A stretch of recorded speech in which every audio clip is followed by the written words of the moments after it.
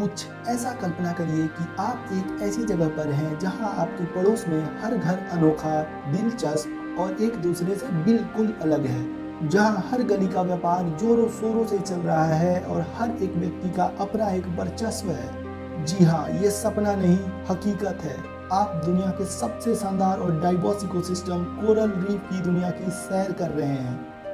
Coral reef बड़े बड़े महानगरों की तरह हैं, लेकिन इसमें कंक्रीट की इमारतों की जगह कैल्शियम कार्बोनेट की चट्टानें और लोगों की जगह समुद्री प्राणियां एक साथ रहते हैं। जहां लाखों करोड़ों पॉलिप एक साथ काम करके अंडर वाटर सिटीज बनाते हैं। मेट्रोपॉलिटन सिटीज जैसे व्यापार, ट्रांसपोर्टेशन और सांस्कृतिक अदल बदल का एक प्रमुख केंद्र है, वैसे ही कोरल रीफ भी डाइवर्सिटी, फिशिंग, टूरिज्म और क्लाइमेट चेंज का एक प्रमुख केंद्र है। कोरल रीफ दो ऑर्गेनिजम्स से मिलकर बना होता है।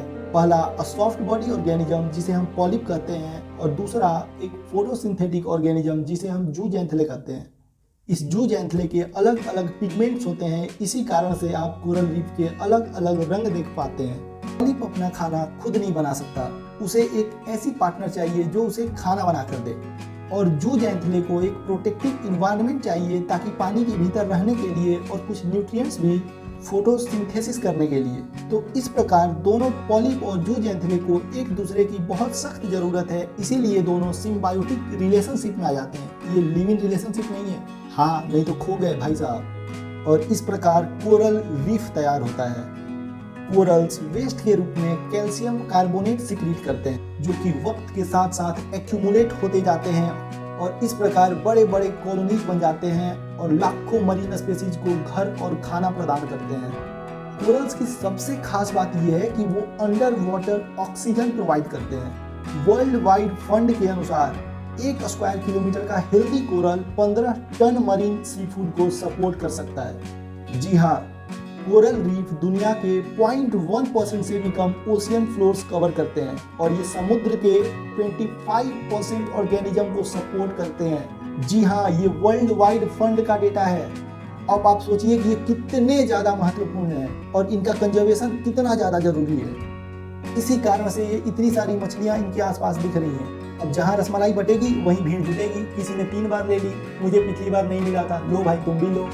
Coral reef mainly tropical areas में पाए जाते हैं। ये बहुत ही ज़्यादा सेंसिटिव होते हैं। जरा सा भी इनका एनवायरनमेंट चेंज होता है तो ये खतरे में आ जाते हैं। ये समुद्र के क्लियर वाटर में होते हैं, जहाँ क्लियर वाटर यानी जहाँ धूप पास कर सके। इन्हें पानी में 22 से 32 पीपीटी सैलिनिटी चाहिए, यानी ऐसा पानी जहाँ 1000 ग्राम पानी में 22 से 32 ग्राम नमक मिला हुआ और जहाँ पानी का टेम्परेचर 23 से 29 डिग्री तक हो। ये आमतौर पर समुद्र के 200 मीटर की गहराई तक पाए जाते हैं। कोरल रीफ इंडिकेटिव स्पेसीज हैं एक हेल्दी एक्वेटिक इकोसिस्टम के, क्योंकि यह एक खास हैबिटेट या इकोसिस्टम में ही रहना पसंद करते हैं। इनका प्रेजेंस या एब्सेंस उस हैबिटेट की परिस्थिति बतलाता है। कोरल रीफ 3 प्रकार के होते हैं: fringing reef, barrier reef and atoll. एक एस्टीमेट के अनुसार कोरल रीफ एक साल में 2.7 ट्रिलियन यूएस डॉलर का डायरेक्टली और इनडायरेक्टली सर्विस प्रोवाइड करते हैं। ये लगभग हमारे देश के जीडीपी के जितना बराबर है। ये कोरल्स हमारे समुद्री किनारों की भी सुरक्षा करते हैं। वास्तव में कोरल रीफ वेव्स की ऊर्जा को 97% तक कम कर सकते हैं। कोरल रीफ दुनिया भर में मछली पालन उद्योग को प्रोत्साहित करते हैं, जिससे कि करोड़ों लोगों को खाना और रोजगार मिलता है। 50 करोड़ से ज्यादा लोग यानी दुनिया की लगभग 8% आबादी कोरल रीफ पर डायरेक्टली डिपेंडेंट है, कोस्टल प्रोटेक्शन के लिए, फिशरीज के लिए और टूरिज्म के लिए। परंतु आज के समय में कोरल रीफ बहुत ही ज्यादा कारणों से खतरे में है। इनके कुछ प्रमुख खतरे हैं, जैसे क्लाइमेट चेंज। क्लाइमेट चेंज से फ्रीक्वेंटली हीट वेव्स आते रहते हैं। हीट वेव्स में टेम्परेचर 4-4, 5-5 डिग्री इंक्रीज हो जाता है 4 से 5 दिनों के लिए। इस दौरान ज्यादा हीट के कारण समुद्र के पानी का टेम्परेचर इंक्रीज हो जाता है और जैसा कि हमने पीछे डिस्कस किया कि कोरल्स 23 से 29 डिग्री टेम्परेचर में ही सर्वाइव करते हैं। अगर टेम्परेचर बढ़ा या घटा तो कोरल ब्लीचिंग हो जाता है। जब कोरल्स डिस्ट्रॉय हो जाते हैं तो इस प्रोसेस को कोरल ब्लीचिंग बोला जाता है। समुद्र के किनारे कंस्ट्रक्शन और माइनिंग करा दी भाई साहब। बारिश हुई, सारी मिट्टी ले गया समुद्र में। इससे समुद्र का जो क्लियर वाटर था वो डाइल्यूट हो गया। डाइल्यूटेड वाटर के कारण सन रेज ज्यादा नीचे तक जा नहीं पाएंगे। इसके कारण नीचे वाले कोरल्स का फोटोसिंथेसिस रुक जाएगा और इस प्रकार कोरल ब्लीचिंग हो जाएगा। कोरल माइनिंग, इसमें डायनामाइट से ब्लास्ट करा दिया जाता है मछलियों के लिए।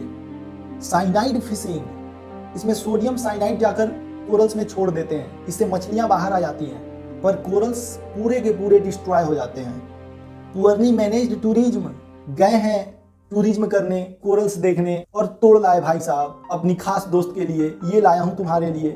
ये सब बहुत ही बड़ी प्रमुख समस्याएं हैं और इन्हीं से हमें कोरल्स को बचाना है। और ये सब पढ़ने के लिए नहीं है, ये जीवन में आजमाने के लिए है।